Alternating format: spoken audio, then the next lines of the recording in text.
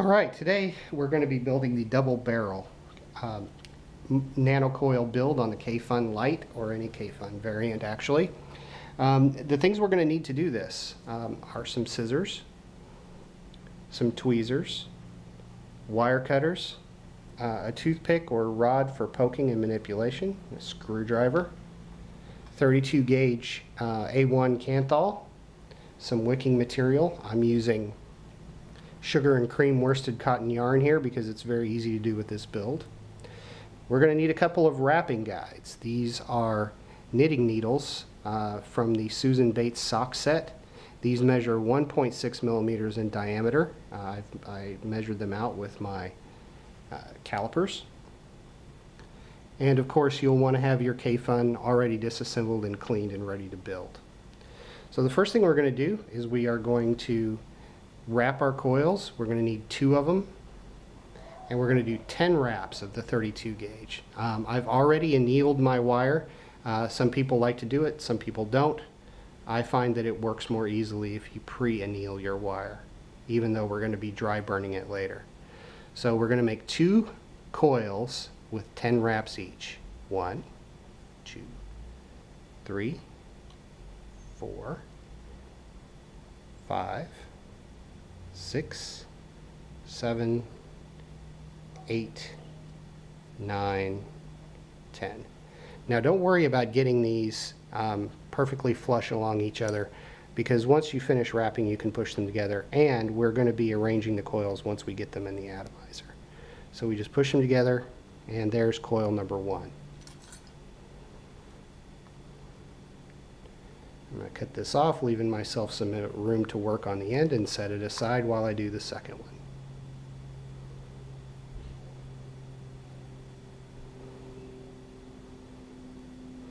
Now I know this wire is very fine and it's going to be difficult to see, but if you've built on the Kayfun before, you've done this, so I'm not going to belabor that point.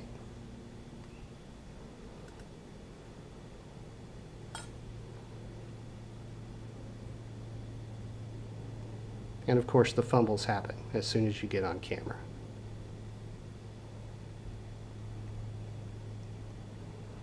One, two.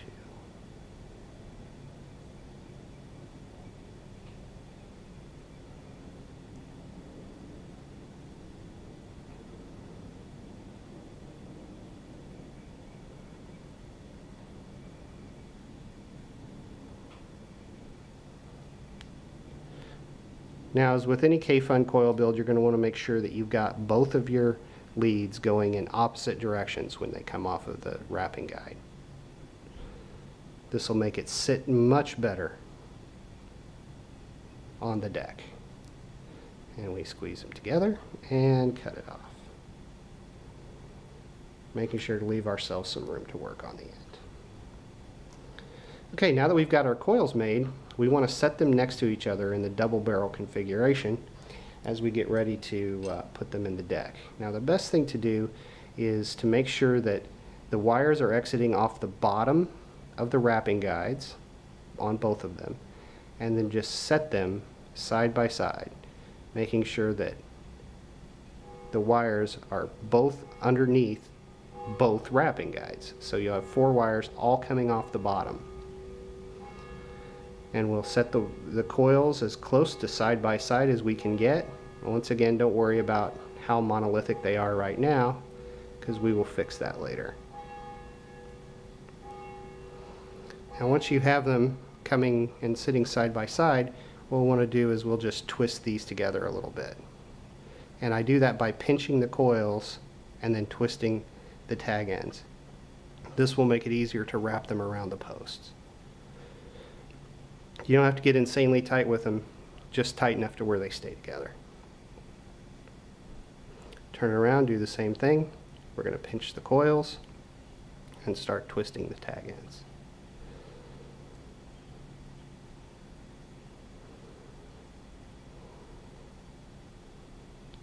And for some reason, I'm having difficulty twisting these.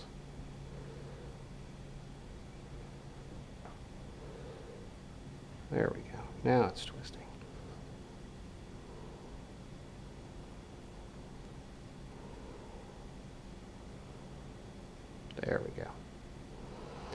Alright, now we have our coils sitting side by side. The ends are twisted, and it's time to put them on the deck. So we bring our deck here, and we want to sit these coils directly across the deck between the screws. And if you notice, the way I'm setting these is that the leads come off of the coils ready to go clockwise around the screw. And you always want to do that because when we tighten the screw, it's going to be pulling on the wire rather than pushing on it, and this makes it much easier to get on the deck. So we give it a little tug to get it snug and tighten it down. We don't want to go crazy tightening it just yet. We just want to get it held in place. We rotate the atomizer around, and now is the first time where you just kind of tug it a little bit and make sure that both of those coils are sitting as close to over the top of the air hole as possible. And we'll grab our other lead, and once again clockwise around the screw, and we're going to hold it snug as we tighten it down.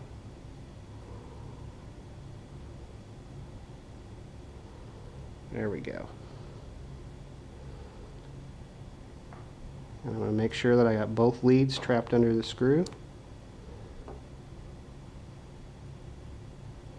as I snug it down.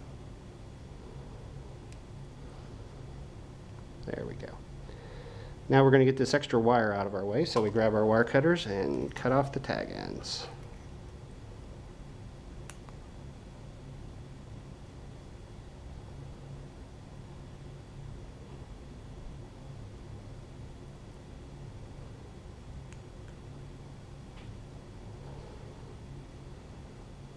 Now, this is when we start trying to align our coils. We want them to be parallel with each other, and we want them to be directly over the air hole.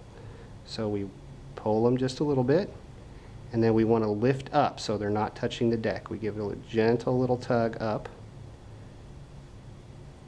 and we want to make sure that they're not touching each other, so we pull them apart just slightly. Now you want to make sure you don't pull them apart so much as that they're touching the screws, but just a little.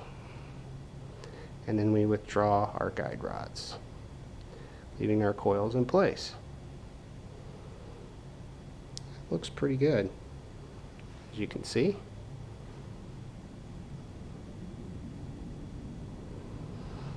Okay, now the moment of truth comes. We're going to put it on our mod and see what she reads.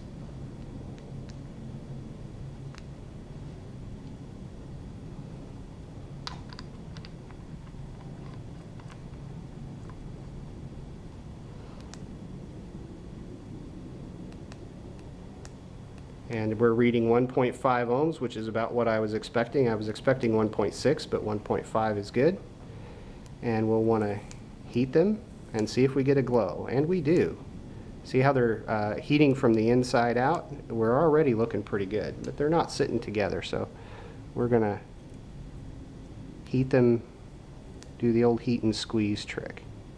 Now these are ceramic tweezers, and I could heat while squeezing, but I don't do that anyway. I'm paranoid about accidentally moving the coils into one of the screws and possibly shorting my mod. So I always heat them and then squeeze. Heat and then squeeze.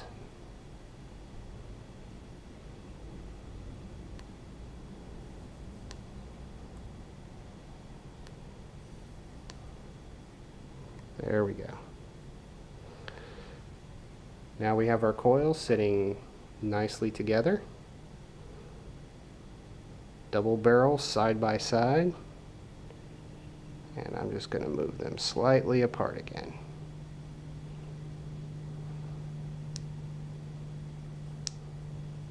There we go. That's beautiful.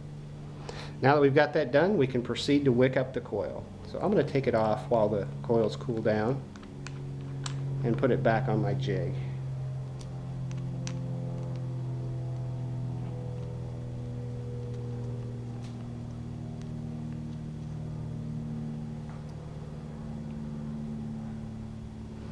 Okay, once again,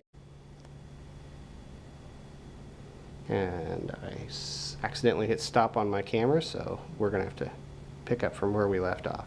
So now it's twisted, we throw this back in. And once again, gently pull it through into the fluffy section. There we go.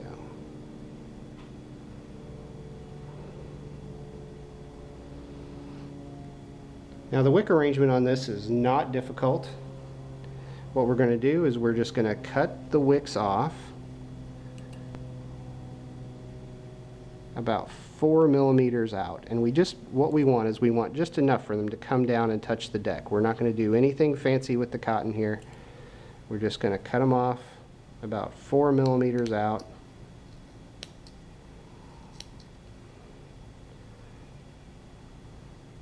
Perfect. And we'll do the same thing on the other side.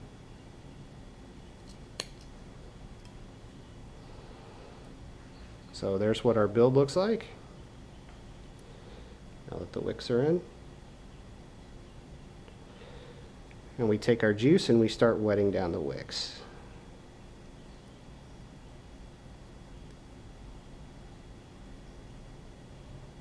Give it a hefty dose, enough to soak in there. Sugar and cream, since it's twisted instead of fluffy like your normal bulk cotton, it takes a little while to wick in and reach its full potential.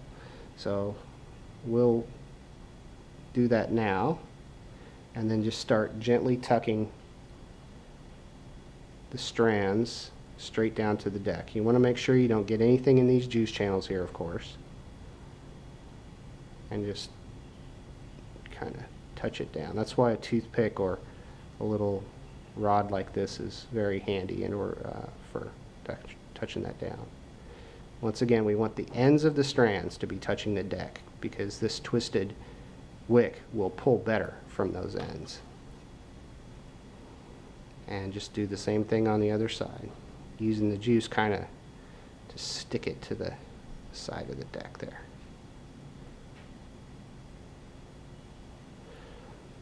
There we go. And once we've got that, we can put our chamber on.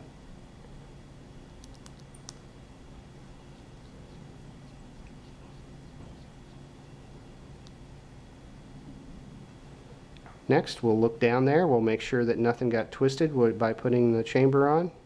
And once again, I'll use my little poker to make sure that everything is aligned and the ends are still sitting on the deck. That looks beautiful. Absolutely beautiful. At this point, we can pull it off of our jig and actually test fire it. You don't want to dry fire cotton, of course. So we're going to put this back on our mod. Make sure our resistance hasn't changed. And once again, it's still 1.5 ohms, so that's good. We're going to give it a couple extra drops just in case. And test fire. And there you go. Look at that. Beautiful.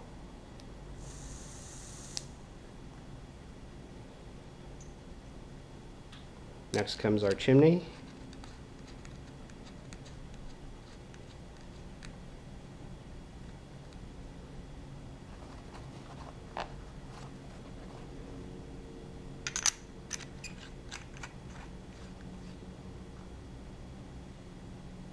And our top cap.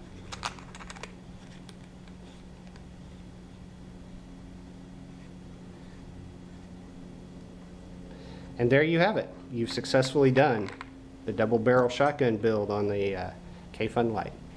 Thanks for watching, and have a great day.